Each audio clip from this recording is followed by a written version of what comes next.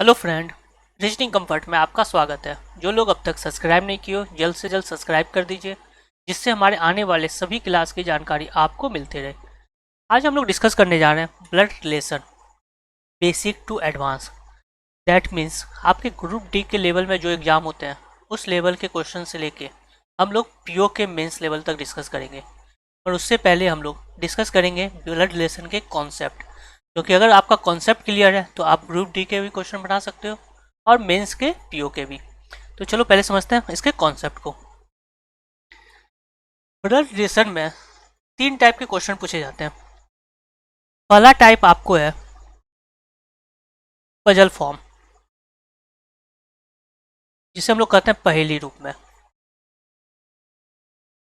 Second पूछा जाता है कोडेड रिलेशन। पहले ये सिर्फ और सिर्फ बैंकिंग में आते थे, मगर आजकल 2 साल से देखा जा रहा है एसएससी में भी काफ़ी आ रहा है ये। और थर्ड टाइप है इसका पॉइंटिंग टाइप।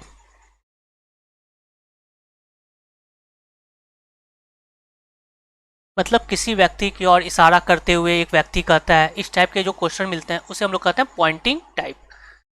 तो यहाँ पे हम लोग डिस्कस करेंगे puzzle form, coded relation and Poynting form.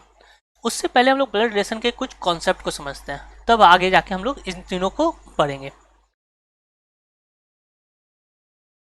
तो ब्लड रिलेशन में सामान्यतः दो चीज़ों को आपको ध्यान में रखना है। ध्यान रखने का क्या है कि पहले तो आपको जेंडर, तो जेंडर जो होता है दो होते हैं, एक मेल। जब भी अगर किसी पर्सन को आप मेल से डिनोट कर रहे हो तो आप उस पर एक स्क्वायर बॉक्स से डिनोट करो या प्लस साइन से। मैं यहाँ पे आपको एक स्क्वायर बॉक्स से ही डिनोट करूँगा क्योंकि ज़्यादातर ये यूजफुल है। अगर आप किसी फीमेल को डिनोट कर रहे हो तो एक सर्कल से या माइनस से इंडिकेट कर सकते हैं।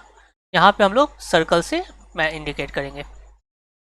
सेकंड, इसमें हम लोग का होता है कुछ सिंबल, जैसे आपको हस्बैंड वाइफ के बारे में बोला गया हो, हस्बैंड वाइफ के बारे में।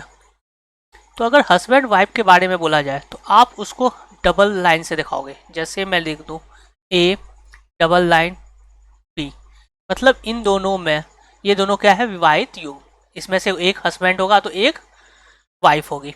यहाँ पे मैंने इसका जेंडर डिसाइड नहीं किया क्योंकि यहाँ पे किसी कोई साइन नहीं लगा है। अगर मैं यहाँ पे स्क्वायर बॉक्स लगा देता और यहाँ पे सर्कल बॉक्स कर देता तो ये क्या हुआ, हस्बैंड, और ये क्या हो गया, वाइफ। बात क्लियर है। पर जब भी आप हस्बैंड वाइफ को दिखाओगे डबल बॉन्ड से। अगर आप ब्रदर और सिस्टर को दिखा तो ब्रदर सिस्टर या ब्रदर ब्रदर, तो उसको हम लोग एक सिंगल डॉट से दिखाएंगे, या सिस्टर सिस्टर हो। आप दो person sister sister, brother brother या ब्रदर सिस्टर, तो हम लोग दिखाएंगे सिंगल डॉट से। अगर वो पर्सन कजन हो, अगर हम कजन को रिलेट कर रहे हैं तो आप डॉट डॉट लाइन से उसे इंडिकेट करोगे। मतलब हम जब भी देखेंगे कि डॉट डॉट लाइन पे है तो हम उसे कजन समझेंगे। जैसे देखो A dot dot dot B है तो हम समझेंगे ए और बी क्या है, कजन है। और आपको पता होता है कि कजन में सारे रिलेशन आ जाते हैं, चचेरा भाई, ममेरा भाई, तो जितने भी होते हैं अपना भाई बहन को छोड़कर सारे रिलेशन कजन में आ जाते हैं। पर अपना भाई बहन को क्या रिलेट करेंगे, सिंगल लाइन से। हस्बैंड वाइफ को डबल लाइन से। क्लियर है। इसमें सबसे मोस्ट इंपॉर्टेंट सेक्शन होता है जनरेशन गैप के लिए। तो जनरेशन गैप के लिए आप एक इस तरह से लाइन इंडिकेट कर दोगे। जैसे देखो, मान लो आप ये हो और आपसे अगर मैं फादर के बारे में बोलूँ तो आपका फादर कहाँ इंडिकेट होगा, आपसे ऊपर वाले जनरेशन में। मतलब जनरेशन गैप आप एक सिंगल लाइन से डिनोट करोगे। अगर आपसे 2 जनरेशन ऊपर हो तो 2 लाइन डिनोट करोगे। अगर एक लाइन हो तो एक लाइन। अगर एक जनरेशन नीचे हो तो नीचे वाले लाइन पे जाएगा। जैसे देखो, मान लो ये आप हो, आपसे नीचे आपका सन, तो इसी को कहते हैं जनरेशन गैप। अगर मैं यहाँ पे आपके दादा को रिप्रेजेंट करूँ, मतलब पापा के पापा, तो ये आपके 2 जनरेशन ऊपर हो गए, 1 2। इसी तरह से हम लोग देखेंगे। इसमें सबसे मोस्ट इंपॉर्टेंट होता है फैमिली ट्री, क्योंकि विदाउट फैमिली ट्री आप ब्लड रिलेशन के पजल फॉर्म नहीं बना सकते हैं। तो पहले समझते हैं फैमिली ट्री को। यहाँ पे हम लोग बात करते हैं फैमिली ट्री। ये काफ़ी मोस्ट इंपॉर्टेंट सेक्शन है आपका। इसी पे आपके पूरे के पूरे ब्लड रिलेशन के क्वेश्चन सॉल्व हो जाते हैं। जैसे मान लो ये आप हो, आप लड़का हो सकते हो या लड़की, जो भी आप हो। अगर आपके सोचो कि आपके जनरेशन में कौन कौन हो सकता है, तो आपके जनरेशन में आपका भाई, और कौन होगा, सिस्टर, और कौन हो सकता है, हस्बैंड या वाइफ, या वाइफ। अगर मेल है तो वाइफ, फीमेल है तो हस्बैंड। और क्या हो सकता है, sister in law, sister in law, brother in law.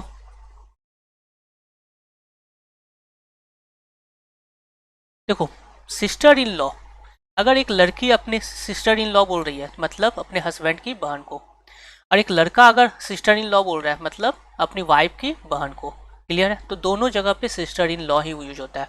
अगर एक लड़की अपने किसी को ब्रदर इन लॉ बोल रहा है तो वो क्या बोल रहा है, किसको, अपने हस्बैंड के भाई को। अगर एक लड़का ब्रदर इन लॉ बोल रहा है वो अपनी वाइफ की भाई को। बात समझ में आ रहा है? तो ये चीज़ को ध्यान रखना।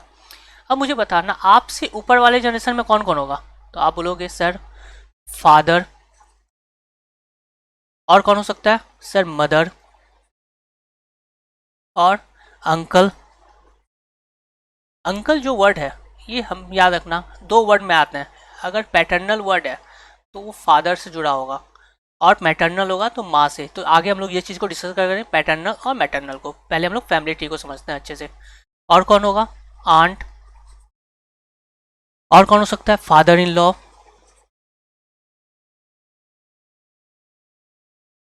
और मदर इन लॉ।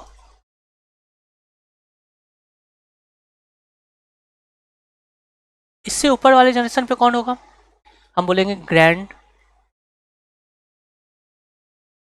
फादर और मदर, दादा या दादी। बात समझ में आ रहा है? इससे ऊपर वाले जनरेशन पे कौन होगा, ग्रेट ग्रैंड मदर, ग्रेट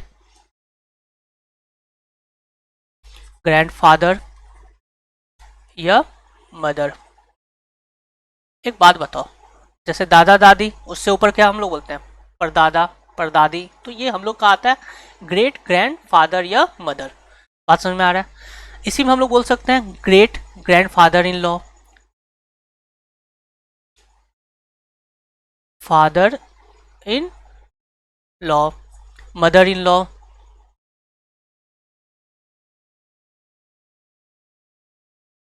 इसी में हम लोग और बोल सकते हैं इसमें great grand father in law. तो यहाँ पे आप ये चीज़ों को ऐड कर सकते हो। मदर इन लॉ सेम चलेगा। अब ध्यान दो, आपसे नीचे वाले जनरेशन में कौन होगा, तो आपका सन, और कौन हो सकता है, डॉटर, और कौन हो सकता है, नेफ्यू, जिसे हम लोग कहते हैं भतीजा या भांजा, नीस, और कौन हो सकता है, सन in law, sun in law जिसे हम लोग हिंदी में कहते हैं दामाद, daughter in law, daughter in law. तो ये हो गया आपसे नीचे वाले जनरेशन में। और नीचे वाले जनरेशन में क्या आएगा, ग्रैंड सन, ग्रैंड डॉटर मतलब पोता पोती, ग्रैंड सन, डॉटर। अब आप बोलोगे कि सर ग्रैंड नेफ्यू भी होगा। बच्चे सुनना, वो नेफ्यू हो या नाइस हो, हम उसको पोता या पोती ही बोलते हैं। कभी भी ग्रैंड नाइस ग्रैंड नेफ्यू नहीं बोलेंगे। बात समझ में आ रहा है? तो हमेशा आएगा आपका ग्रैंड सन या ग्रैंड डॉटर। हाँ, ये हो सकता है कि grand son in law, grand daughter in law, ये हो सकता है। तो यहाँ पे हमारा क्या बन जाएगा, son in law, daughter in law.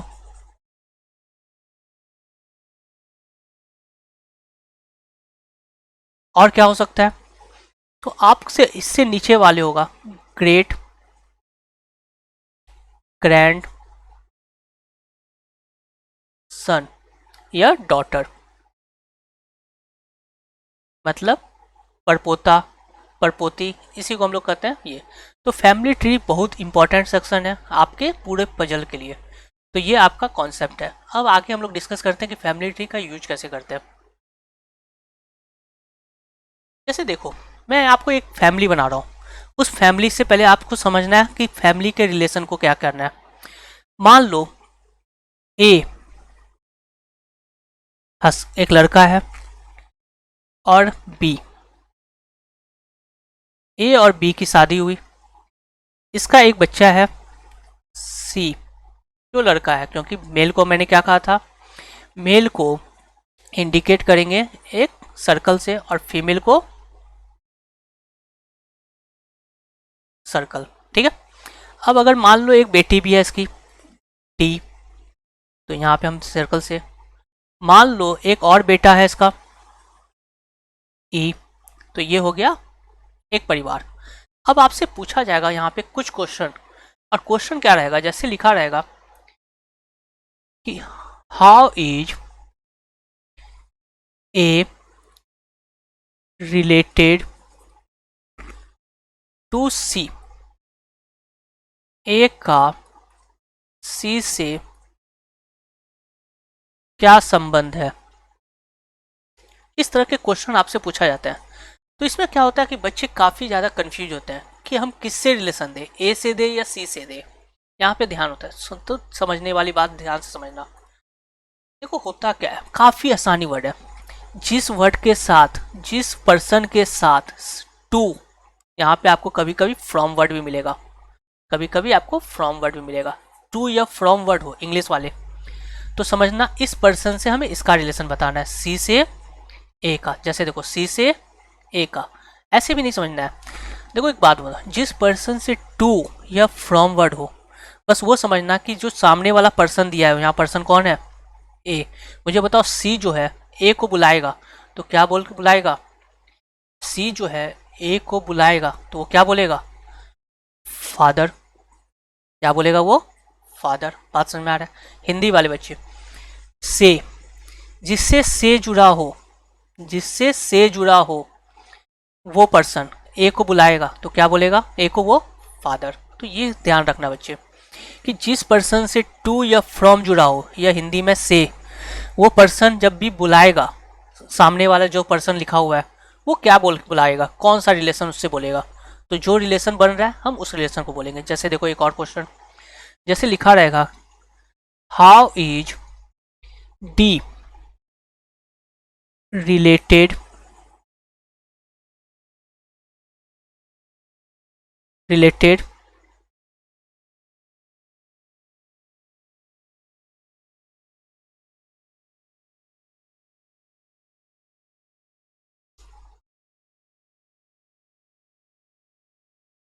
To B, D का बी से क्या संबंध है। देखो इसने क्या कहा कि how is D related to B. अब मुझे ध्यान देना है कि टू किसके साथ जुड़ा हुआ है, बी से किससे जुड़ा हुआ है, बी से। बस अब पर्सन कौन है, डी। मुझे बताओ बी जो है डी को क्या बुलाएगी, बी जब अगर डी को बुलाना होगा तो क्या बोल के बुलाएगी, बेटी। तो यहाँ पे आंसर क्या आएगा, डॉटर। तो कभी भी इसमें कंफ्यूज नहीं होना है। जिस पर्सन से टू या फ्रॉम वर्ड जुड़ा हो उस पर्सन से हम पूछेंगे कि वो क्या बुला रहा है उस पर्सन को। क्लियर है। एक और क्वेश्चन देख लेते हैं। मान लो लिख दो how is P related to E, P का ई से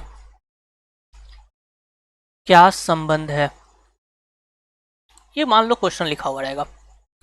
तो टू किससे जुड़ा हुआ है, सर ई से जुड़ा हुआ है। किससे जुड़ा हुआ है बच्चे, ई से जुड़ा हुआ है। से किससे जुड़ा हुआ है, ई से। और कौन सा पर्सन है, सर बी। तो मुझे बताओ ई जो है बी को बुलाएगा तो ये क्या बुलाएगा, माता। क्या बोलेगा, माँ। क्योंकि ये पूरा का पूरा क्या है, ये बहन है, ये भाई है, ये इसके फादर। ये उसकी वाइफ, तो निश्चित है कि फादर के वाइफ को क्या बोलेगा, माँ। क्लियर है, तो आंसर आएगा आपका मदर। अब इस चीज़ में तो कभी भी गलती मत करना, जिस पर्सन से टू या फ्रॉम हो बस उस पर्सन से हमें बुलाना है कि वो सामने वाला पर्सन को मैं क्या रिलेशन बोलूँगा।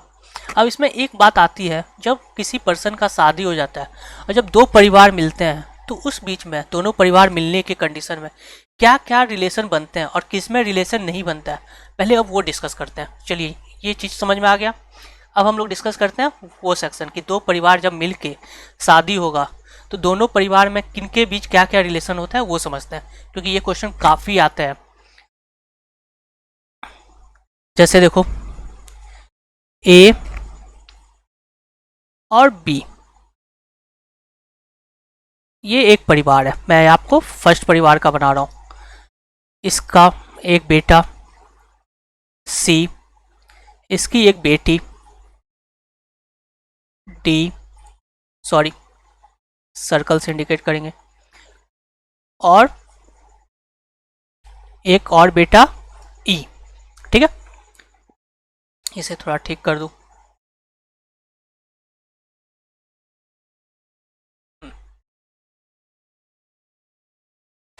अब मान लो इसमें सी का शादी करवाया जाता है, सी का सेकंड फैमिली से। अब क्योंकि शादी जब भी होगा दूसरे परिवार से, सी का शादी एफ से होता है, सी का शादी एफ से होता है। अगर मेल है तो ये इसका शादी क्या होगा, फीमेल से। सी की सॉरी एफ की एक भाई है जी, और एफ की एक बहन भी है एच। एच की माँ आई और इसके पिता जे। बात क्लियर है। अब ये दो परिवार बन गए, तो यहाँ पे सबसे पहला दो परिवार बन गए तो दो परिवार में रिश्ता बंद होया। तो यहाँ पे बहुत सारे क्वेरी होते हैं और बहुत सारे बच्चे गलती कर जाते हैं। गलती क्या करते हैं कि कुछ रिलेशन ऐसे होते हैं जो होते नहीं है, हम लोग बोलते हैं जैसे भाईचारा के रूप में, पर वो रियल में रिलेशन होते नहीं है, समझना। जैसे देखो अब एफ और सी का शादी हुआ, तो एफ और सी का शादी हुआ तो क्वेश्चन पूछा जाएगा कि how is F related to A. F का ए से क्या संबंध है। तो मैंने कहा था कि जिस पर्सन से टू या फ्रॉम हो या से, वो पर्सन इस पर्सन को क्या बुलाएगा, ए जो है एफ को क्या बुलाएगा, ये बेटा है, बेटा की पत्नी, तो हम बोलेंगे डॉटर इन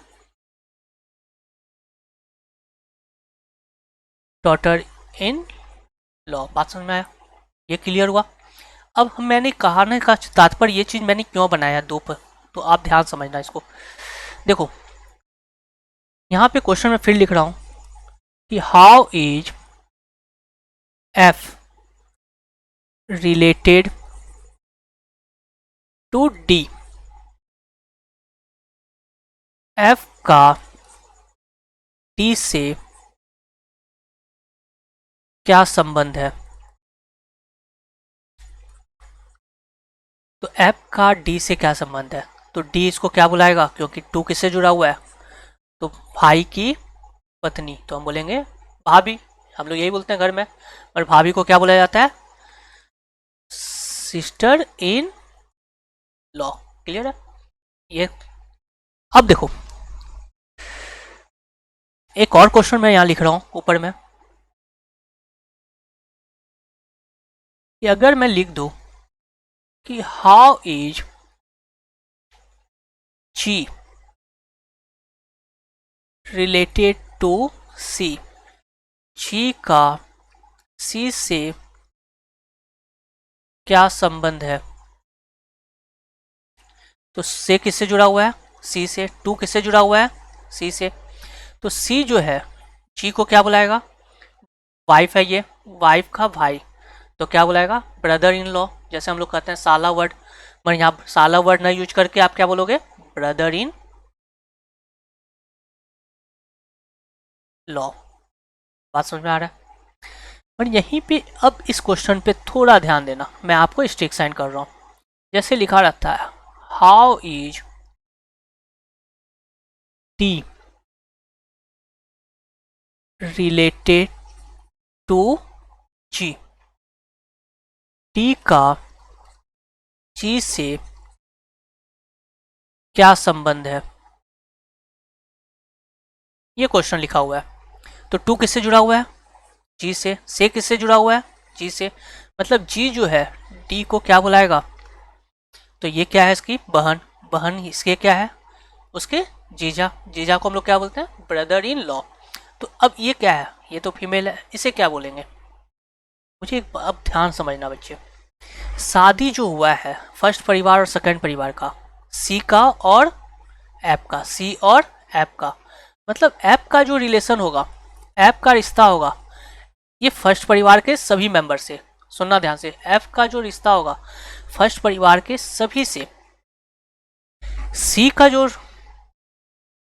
रिश्ता बनेगा, सी का जो रिश्ता बनेगा सेकंड परिवार से सभी का, पर बाकी जितने मेंबर हैं, बाकी जितने भी मेंबर हैं हमारे, चाहे वो ई टी ए बी, इनका रिलेशन सेकंड परिवार से नहीं होगा, इनका रिलेशन सेकंड परिवार से नहीं होगा।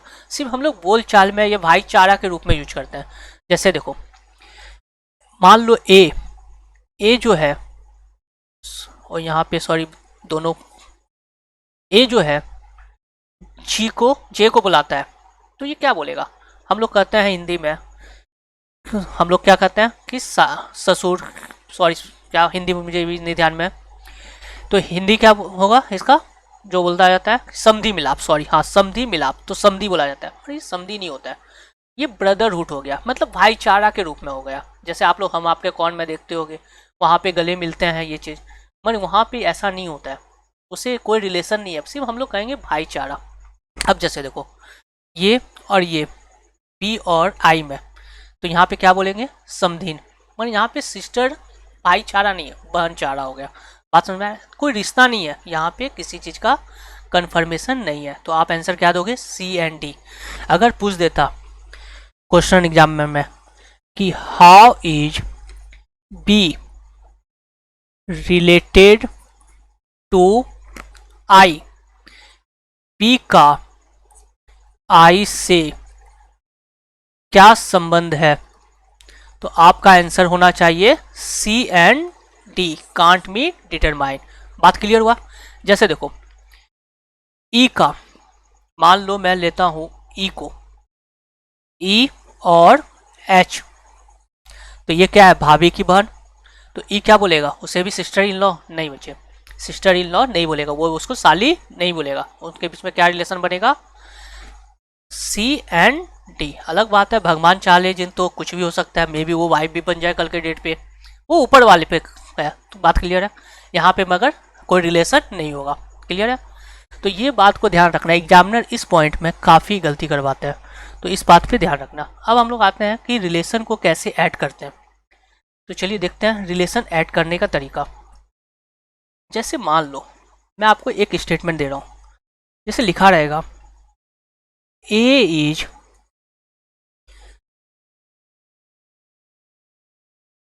हस्बैंड ऑफ बी, ये आपके कुछ मैंने लिखा होगा 10 से 15 के करीब में, पर ये काफ़ी इंपॉर्टेंट होता है आपको किसी भी रिलेशन को ऐड करने में। अगर आप ये सीख गए तो ब्लड रिलेशन के 50% कॉन्सेप्ट को सीख जाओगे।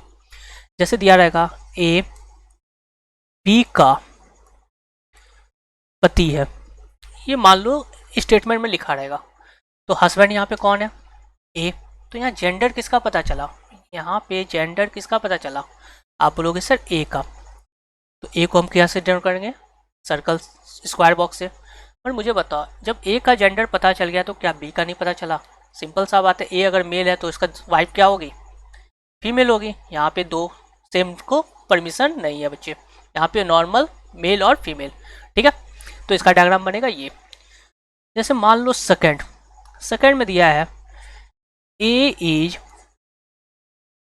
सन ऑफ बी, ए बी का पुत्र है, ए बी का पुत्र है। तो यहाँ पे क्या बनेगा, यहाँ पे किसका जेंडर पता चल रहा है? आप बोलोगे सर ए का। क्यों? क्योंकि बेटा कौन है? ए। तो ए का बेटा है तो हम इसे स्क्वायर बॉक्स से नोट करेंगे। और बेटा किसका है? बी का। तो बी कहाँ जाएगा? ऊपर वाले जनरेशन में। तो ये सिंगल लाइन हमारा क्या दिखाया? जनरेशन गैप को। क्लियर हुआ?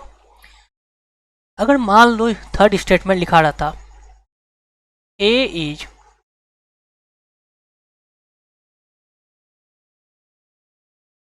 ग्रैंड डॉटर ऑफ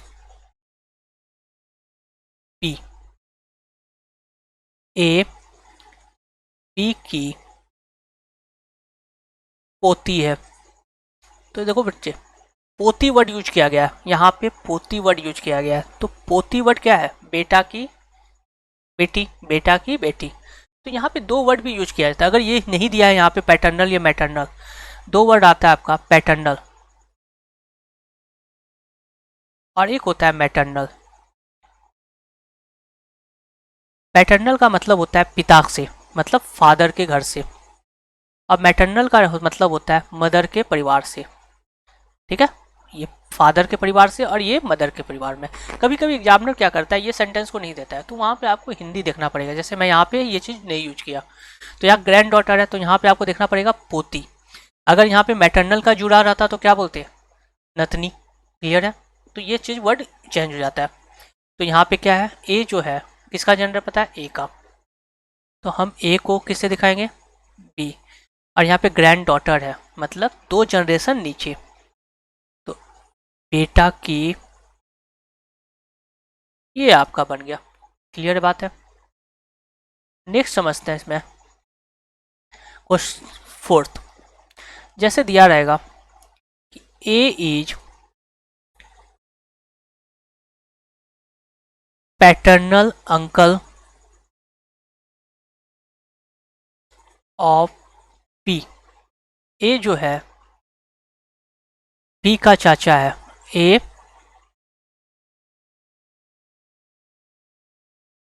बी का चाचा है। तो ध्यान समझना इसको, ए पैटर्नल अंकल है बी का। तो यहाँ पे किसका जेंडर पता चल रहा है? ए का। तो मुझे बताओ, पैटर्नल अंकल मतलब पिता का भाई, तो बी सबसे पहले क्या जाएगा? क्या ये?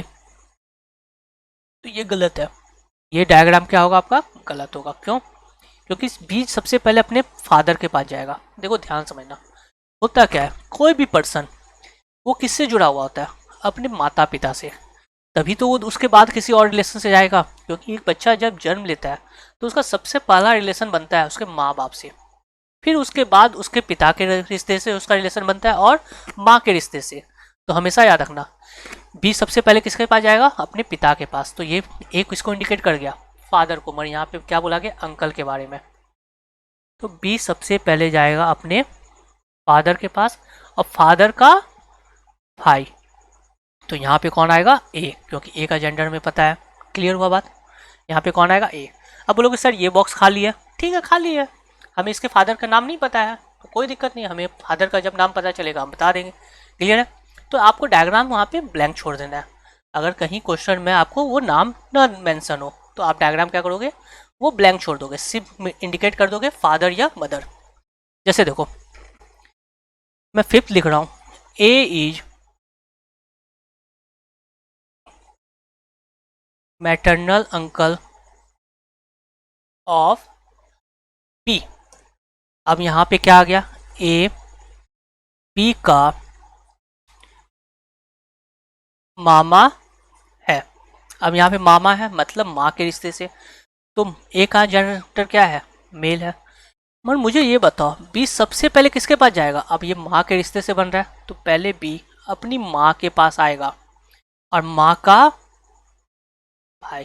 बात समझ में आया? पहले बी कहाँ जाएगा? माँ के पास, और माँ का भाई से। तो ये चीज़ों को ध्यान रखना, ये सब छोटी छोटी चीज़ें गलती काफ़ी करवाते हैं। जैसे देखो नेक्स्ट लिख रहा हूँ, अगर मैं लिख दूँ ए इज मैटरनल